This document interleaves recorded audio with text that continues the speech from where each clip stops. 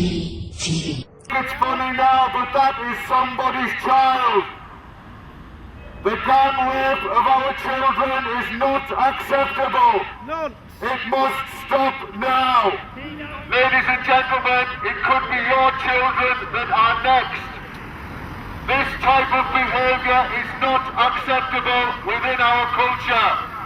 It is not acceptable to gang rape children. It must stop now. Ladies and gentlemen, wake up before it's too late. Where is David Cameron now? Where is Nick Clegg? Where is Miliband? They are hiding in gated communities, safe and sound. It is not their children who are suffering. This must stop. Yeah, we're outside of Burnley Combined Courts here, and this is something we're just trialling here today, and it's going quite well. What we've got two of the girls from the northeast. We've got Anita here and Sophie, and we've got a couple of clipboards, and on the clipboards we've got a join up form for members, and we've also got one for postal voting as well. What else we've also got renewal as well for people who may want to renew. So what Sophie's been doing and what Anita's been doing is they've been walking around the crowd with their clipboards and a pen, and they're asking people if they would like to become a member, if they'd like to renew, if they already are a member and they've lapsed, and also if they'd like to become a postal voter as well.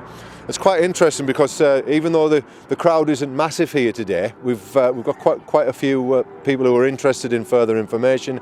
We've also got people who signed up for the postal vote, and we've got somebody who signed up to be a new member as well.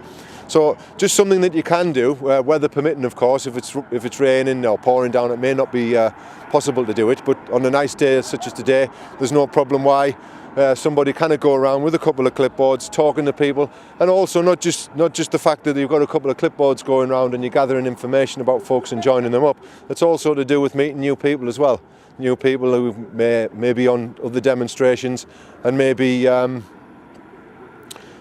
be able to help you out in the future. Sorry about that, there was an officer just rushing at us there, and I thought that perhaps we'd done something else wrong, but all is well, March. I'm here with Sharon Wilkinson and Brian Parker, both two of our councillors.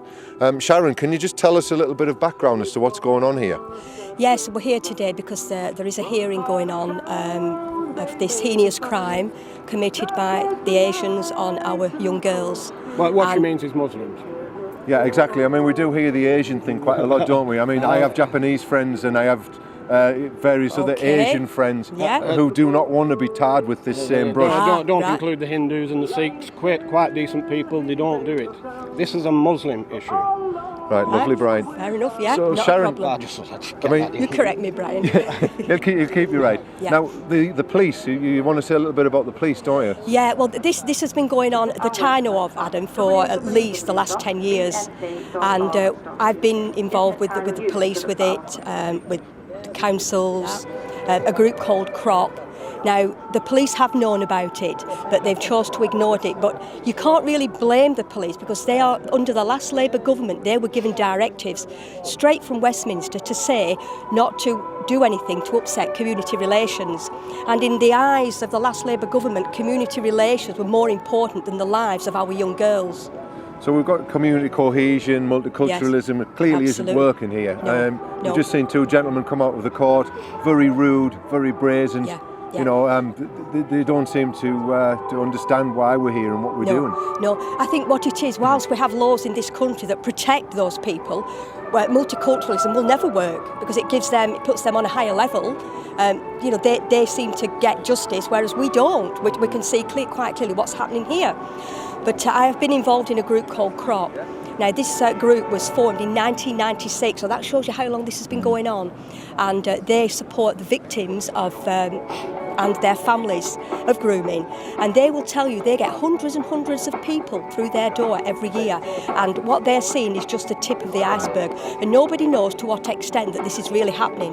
But I have raised it. I've raised it in my local council, in county council. I spoke with detectives and police.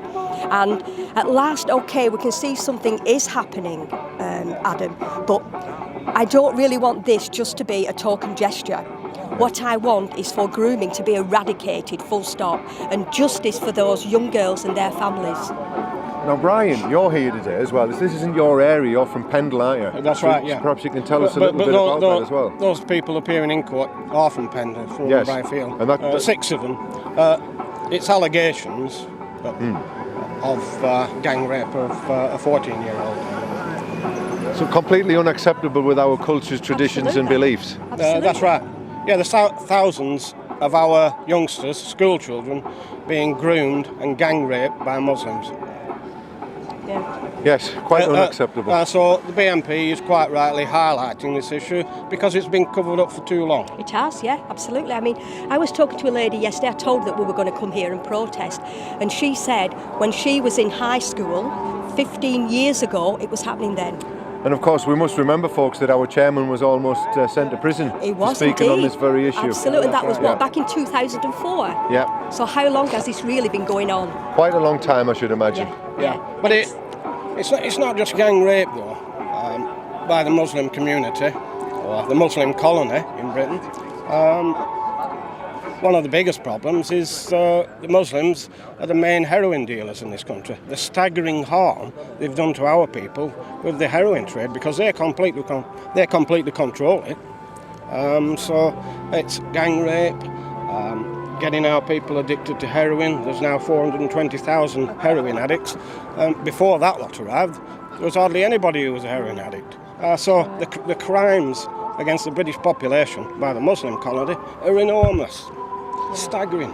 Well, listen, I'd like to thank you both for coming down here today. Hopefully we're going to go down to the town centre and give some of our leaflets out, so as we're not just here, we're somewhere else as well. Yeah, But, Adam, I hope I wasn't being too politically correct there. Certainly not. No, I mean, it's through political correctness that some of us have been hushed up and we're in this situation now. Absolutely. So there we go, folks. Thank you very much for that. Thank you. If Enoch Powell had been listened to all those years ago, I should imagine, ladies and gentlemen, that we wouldn't be standing here now.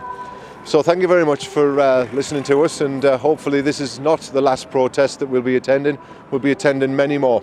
Thank you.